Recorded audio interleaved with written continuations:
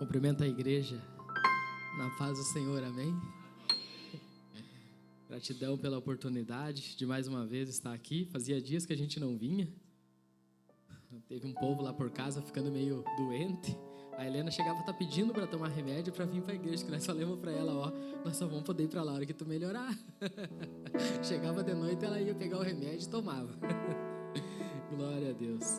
Queridos, abram as Bíblias de vocês em João, capítulo de número 6.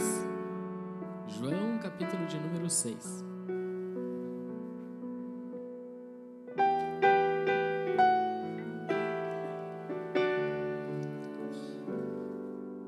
Que o Espírito Santo de Deus encontre o seu coração, o seu espírito, e que você possa ser ministrado pela palavra de Deus, amém, queridos?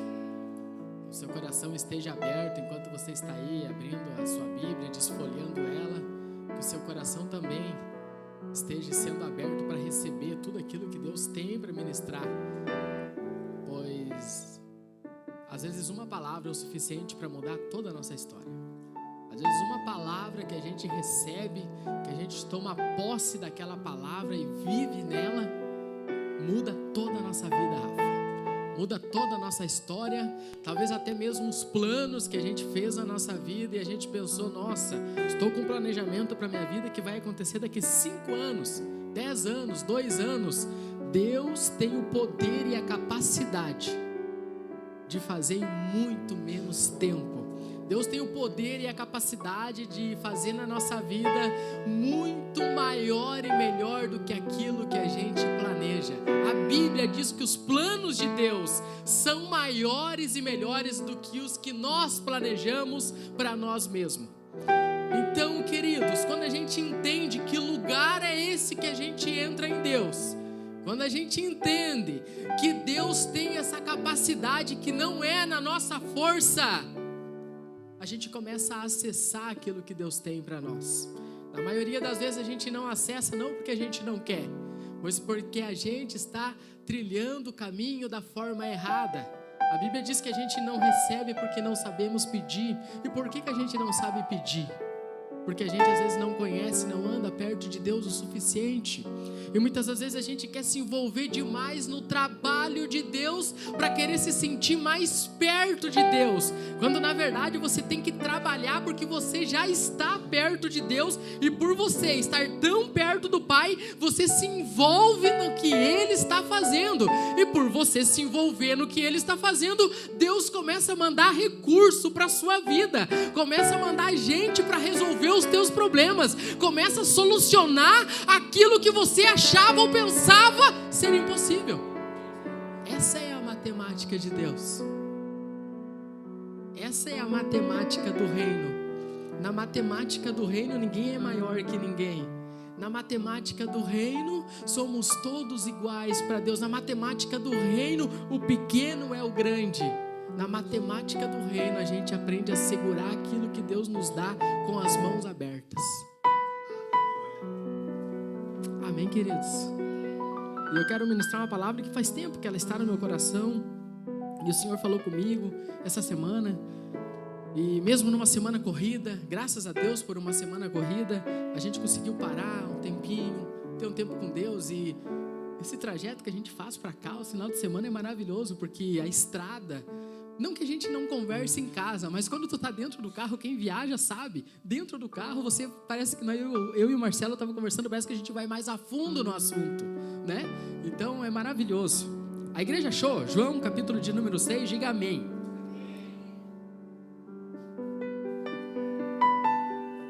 Após essas coisas, Jesus partiu para o outro lado do mar da Galileia, que é o mar de Tiberíades. E uma grande multidão o seguia, porque eles viam seus milagres que operava sobre os enfermos. E Jesus subiu ao monte e assentou-se ali com os seus discípulos. E a Páscoa, a festa dos judeus, estava próxima.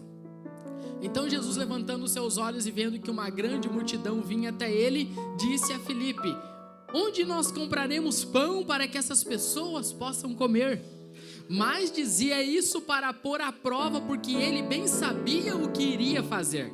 Filipe respondeu-lhe: 200 denários de pão não são o suficiente para que cada um deles tome um pouco. Um dos seus discípulos, André, irmão de Simão Pedro, disse-lhe: aqui tem um rapaz que tem 5 pães e 2 peixinhos, mas o que é isso para tantos? Jesus disse: fazei os homens se assentarem. E havia muita grama naquele lugar. Assim os homens se sentaram em um número de aproximadamente 5.000. E Jesus tomou os pães e, havendo dado graça, ele distribuiu para os discípulos para os que estavam sentados, e do mesmo modo os peixes, quanto eles queriam. E quando estavam saciados, eu vou repetir para você. E quando a multidão toda tinha se alimentado, e quando ninguém mais ficou com fome, e quando não faltou comida para mais ninguém, Jesus disse aos seus discípulos: agora recolhe os que sobraram, para que nada se perca. Recolheram, pois, e encheram 12 cestos e pedaços dos 5 pães de cevada que sobejaram aos que haviam comido. Amém, queridos? Uma passagem muito conhecida, né? Que quem nunca ouviu falar dos 5 pães e 2 peixinhos?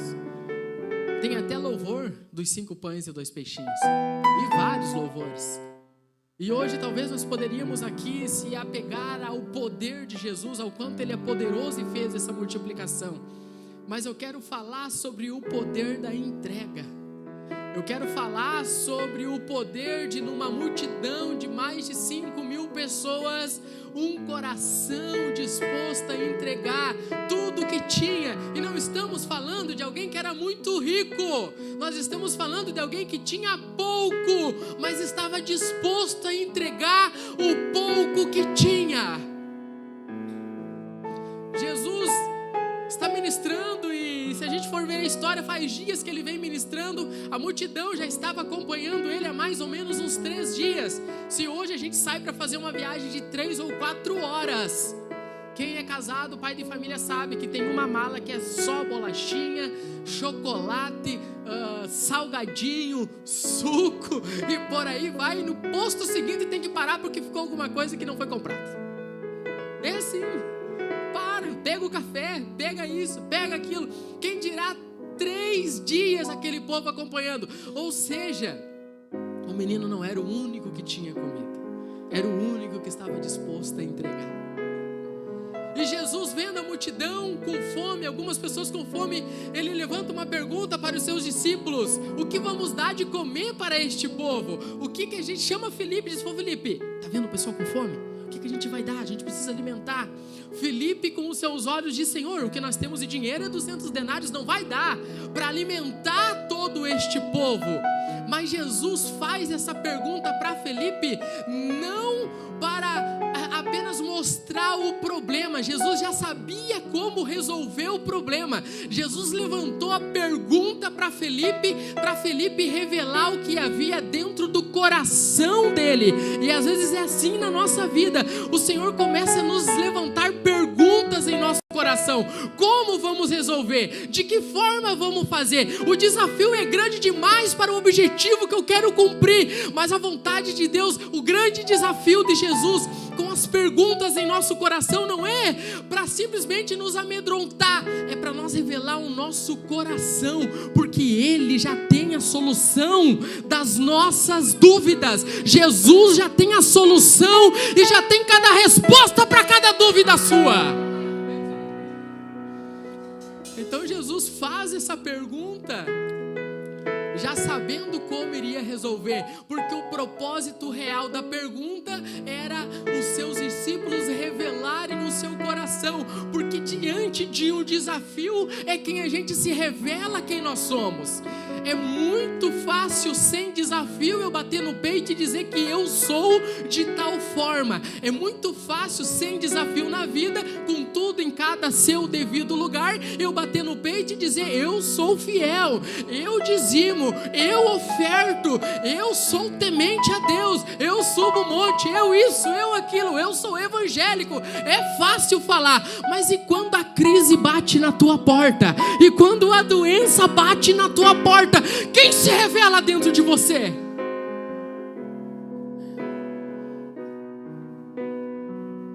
Quando você começa a se perguntar: mas Senhor, eu faço tudo certo. Quando você começa a se perguntar: mas Deus, eu vou no culto de domingo, eu vou no ensino da terça, eu vou no monte quando o pastor chama, eu estou fazendo como o script manda, e isso vem bater na minha porta. Eu já abençoei tanta gente, eu já tirei, já reparti do pouco que eu tinha, eu já fiz tudo que está aqui eu fiz, e por que eu estou sofrendo? Já parou para pensar que essas coisas acontecem ou é só comigo? Acontece com mais alguém aqui? Acontece com mais 2, 3. Eu achei que era só comigo. Porque Deus quer revelar cada vez mais de nós, e não é para os outros, é para nós mesmos. Porque existe uma matemática no reino de Deus, que quanto mais perto eu chego de Deus, mais eu percebo o quanto eu preciso melhorar. Melhorar o que, Felipe? Melhorar como pai, melhorar como marido, melhorar como amigo, melhorar como servo. Por isso que às vezes surgem perguntas na nossa vida, Marcelo. Por isso que às vezes a gente olha, eu encontro tanta gente talentosa que não vive o talento que tem, porque não entendeu que as respostas das perguntas é a gente mesmo que responde. No meio da adversidade, é a nossa reação que vai ditar o resultado final da prova. Eu vou repetir: é a forma que você está respondendo no momento da crise, é a forma que você está respondendo quando o desânimo bate no teu coração, que vai definir o lugar de acesso na sua vida.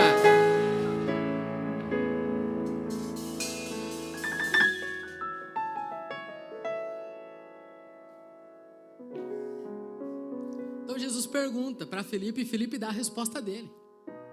E a Bíblia diz que André vem e diz: Senhor, tem um menino aqui, que ele tem 5 pães e 2 peixinhos, e ele quer ofertar. Quem é André? André é alguém observador, porque André não ficou focado no problema. André não ficou olhando para quanto Jesus tinha no caixa da missão. André ficou olhando o público, o povo. André ficou percebendo e olhando o que cada um carregava. André ficou procurando, olhando. Parece que eu vejo André observando, e o menino lá: ei, eu tenho. E a gente hoje precisa entender quem nós somos neste reino. A gente precisa entender que nós precisamos observar o que cada um carrega, porque se nós fôssemos aqui agora fazer um interrogatório, cada um tem uma história, cada um carrega algo, cada um recebeu algo da parte de Deus. André detecta isso, e eu acredito que nos dias de hoje o Senhor tem dado visão para a sala de governo dessa igreja aqui, perceber o que cada um carrega dentro. Se talvez nos próximos dias você receber algum confronto, alguma oportunidade, é Deus dizendo para você: eu estou vendo o que você carrega. Por mais que no meio da multidão tem barulho, tem gente se queixando de fome, tem gente observando o que você carrega, tem gente olhando que você é precioso.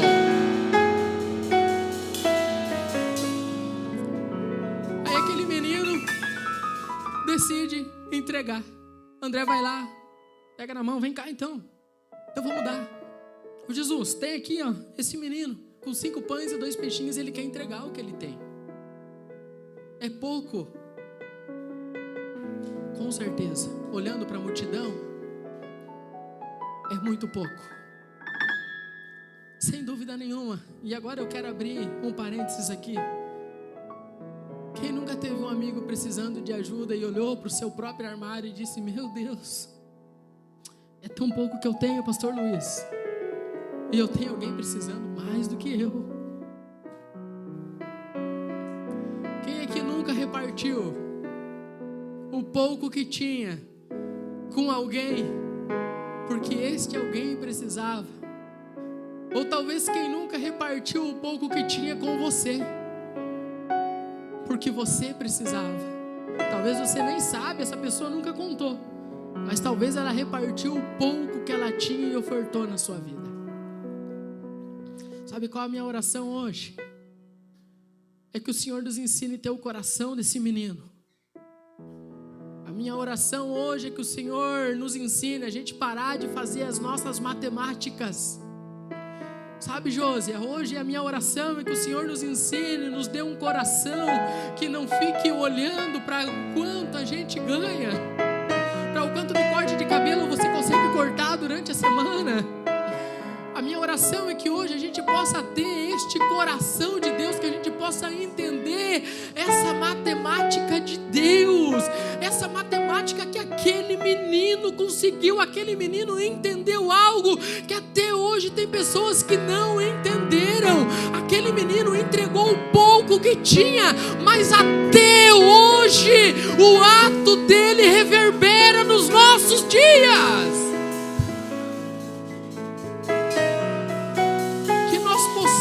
Ter este coração caridoso, este coração bondoso. Eu não estou falando ter um coração bobo, eu estou falando ser um coração bom, que o Senhor, quando Ele te der discernimento, você não feche a mão. Quando o Senhor falar com você, você não se faça de bobo. Que mesmo que seja confrontante, você acesse este lugar.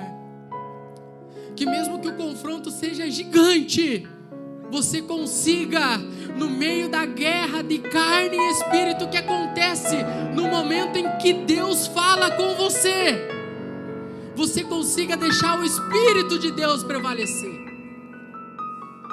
Porque só vive o melhor de Deus quem consegue acessar esse lugar, Márcio. E esse menino acessou este lugar e disse: ei, eu entrego. Estão com fome, por mais que seja. E eu acho que a Bíblia já traz, deu ênfase a essa parábola, a essa história, a esse milagre que aconteceu por ser um menino, para trazer a ingenuidade do menino, a inocência da criança. Porque a gente precisa, se nós quisermos viver o reino de Deus, nós precisamos muitas vezes pegar e vestir uma consciência de inocência para poder estender a mão, muitas vezes para pessoas que não merecem. Aos nossos olhos, não merecem. Queridos, eu sei que às vezes é confrontante escutar isso, Marcelo, mas é o que a gente precisa aprender. É o que a gente precisa aprender para acessar os lugares que Deus tem para nós. Aquele menino entrega o pouco que ele tem, Jesus pega o que ele tem, porque começa a acontecer o plano real de Jesus. Ele já sabia que isso iria acontecer, e eu fico imaginando os discípulos vendo Jesus pegando os 5 pães e 2 peixinhos, arruma os cestos. Arruma os cestos, porque agora começa a acontecer o meu plano divino de igreja. Agora começa a acontecer o meu plano divino de unidade. Arruma os cestos. Parece que eu vejo os discípulos obedientes ali, mas lutando com eles próprio, Bruno. Meu Deus, o que está acontecendo com Jesus? É 5 pães e 2 peixinhos. Nós temos aqui que nem 12 bobos aqui segurando uns cestos enormes para passar o tamanho da multidão. Jesus pega, manda organizar o cesto e diz: agora vai lá, discípulo, manda o pessoal sentado em grupos de 50 em 50. E aqui a gente começa esse plano divino de multiplicação. Exige, em primeiro lugar, perguntas respondidas da forma certa. Vou repetir: o plano divino da multiplicação exige perguntas e respostas da forma certa. Jesus levantou uma pergunta, Felipe respondeu de um jeito, André respondeu de outro, e o menino entregou. Estão acompanhando o raciocínio? ok? Agora Jesus pega os 12 pães e manda uma multidão, os 5 pães e 2 peixinhos, e manda uma multidão gigante assentar de 50 e 50. Ó, discípulos, agora tu pega e manda organizar, porque não existe crescimento sem organização. Você está pedindo para o Senhor multiplicar na sua vida? Quem aqui tem alguma área que quer que o Senhor multiplique? Só faz um sinalzinho só com a mão. Seja na área emocional, seja no seu casamento, seja a área financeira. Todos nós temos uma área que a gente quer que o Senhor dê crescimento, melhore. O Senhor não melhora nada sem primeiro organizar. Por isso que Jesus pega, põe aquela multidão gigante, dá uma ordem para os discípulos, começa a organizar grupos de 50 e 50 pessoas. Deu trabalho organizar? Com certeza deve ter dado muito trabalho organizar. Imagina uma multidão, Marcelo, de mais de 5.000 pessoas, começar a organizar de 50 em 50, os grupinhos, montinho, todo mundo sentado. A Bíblia diz que havia muita grama naquele lugar. E aí começa a organizar. Talvez levou 1 hora, 2 horas, 3 horas. Existe um tempo, um processo de organização na nossa vida. Porque a partir do momento que a gente se coloca no lugar e diz: Senhor, multiplica na minha vida. Eu estou aqui, eu quero abençoar, eu quero fazer mais pelo reino, eu quero ofertar em missões, eu quero servir mais. Começa um processo de organização na sua vida. Deus começa a pegar essa engrenagem e começa a pôr no lugar. Talvez tem gente aqui que deva começar a pagar conta que deve. Talvez tem gente aqui que tem que começar a ser fiel no dízimo e na oferta. E me desculpe se você está gostando ou não. Eu vim aqui para te dar uma receita. Se você quer fazer esse bolo, sentar na mesa e colocar para a tua família comer, pega ele, leva para casa e pratica.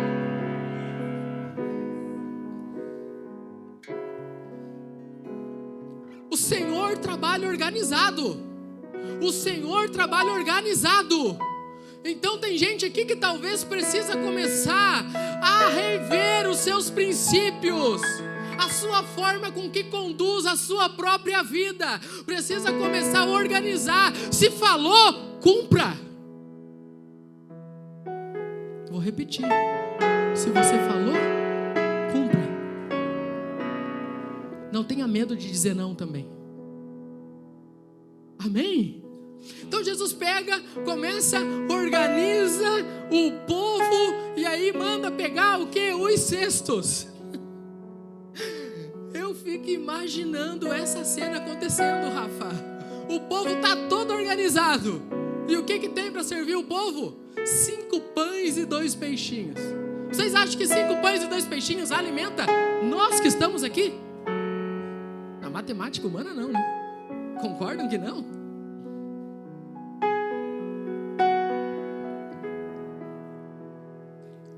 E na matemática de Deus, vocês concordam que 5 pães e 2 peixinhos pode alimentar nós aqui? Então por que muitas vezes a gente fica olhando para nós mesmos, não temos condições e começamos a dizer: Senhor, eu não posso. Por que o Senhor está falando isso comigo se eu não vou conseguir fazer? Se a gente reconhece que existe uma matemática de Deus e existe a minha matemática, agora eu te pergunto, você tem andado pela qual matemática? Pela sua ótica ou pela ótica do que Deus tem falado ao seu coração? E eu vou abrir mais um leque aqui. Quem já viveu experiências extraordinárias com Deus sabe que todas as vezes que Deus te desafiou a você dar um passo, que você olhou e pensou: não sou capaz, mas mesmo assim você deu o passo, com certeza ali na frente você experimentou o melhor da terra aqui, e você viu com seus olhos: eu não podia chegar aqui, mas de alguma forma o que eu estou vivendo é a mão de Deus, é a mão de Deus. Levanta a mão para o céu. Eu quero profetizar na sua vida. Eu declaro em nome de Jesus que a partir de hoje algumas pessoas vão ter coragem para viver o sobrenatural de Deus.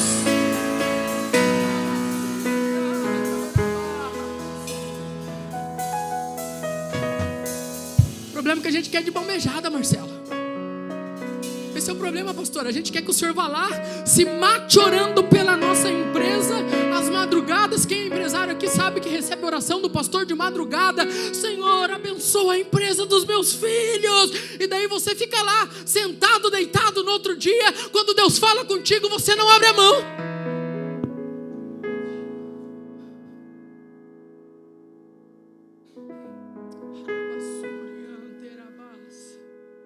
Eu creio demais que o Senhor tem grandes coisas.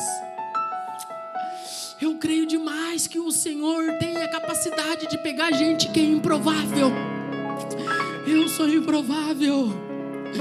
Eu sou improvável. Eu tenho a capacidade que muita gente que está aqui talvez nem era para estar sentado aqui, era para estar lá enterrado dentro de um caixão, Tony. Eu tenho certeza que eu não sou o único improvável que eu estou aqui, que está cheio de gente improvável aqui. E eu tenho uma convicção muito maior dentro do meu coração, que o Senhor ainda tem mais para fazer na sua vida. Que o Senhor ainda tem mais para fazer na sua vida.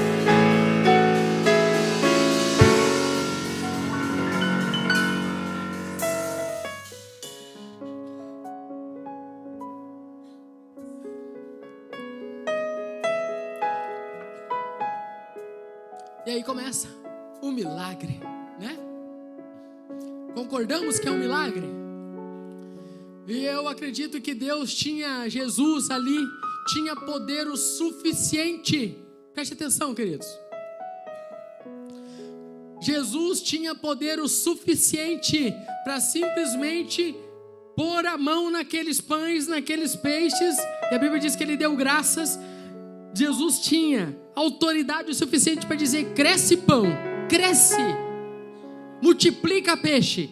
E o pão iria crescer o suficiente para alimentar a multidão inteira e iria se multiplicar. Se Deus quisesse, Jesus quisesse, ele faria um rio brotar na hora e peixe começar a saltar de dentro do rio para fora. Mas não era o plano de Deus mostrar o quão poderoso Jesus era ali. Jesus não é um cara carente que tinha necessidade, Leandro, de mostrar o quanto de poder ele tinha. A necessidade de Jesus era o povo entender o plano divino da multiplicação, da unidade da igreja. Imagina comigo, os discípulos começam a passar os cestos e aquela pessoa... Não tem um cesto aqui para mim passar, né? Mas eu fico imaginando que os discípulos pegam o cesto, tinha um pouco de pão, passou para a pastora Karina, ela tinha pão guardado. Então o evangelho começou a constranger ela. Eu vou pegar um pedaço de pão, o suficiente para mim, e o que sobrava, em vez dela tirar, ela começou a colocar no cesto. E a multiplicação começa a acontecer. Passou com o próximo, a mesma coisa. Em vez do cesto começar a esvaziar, ele começa a encher.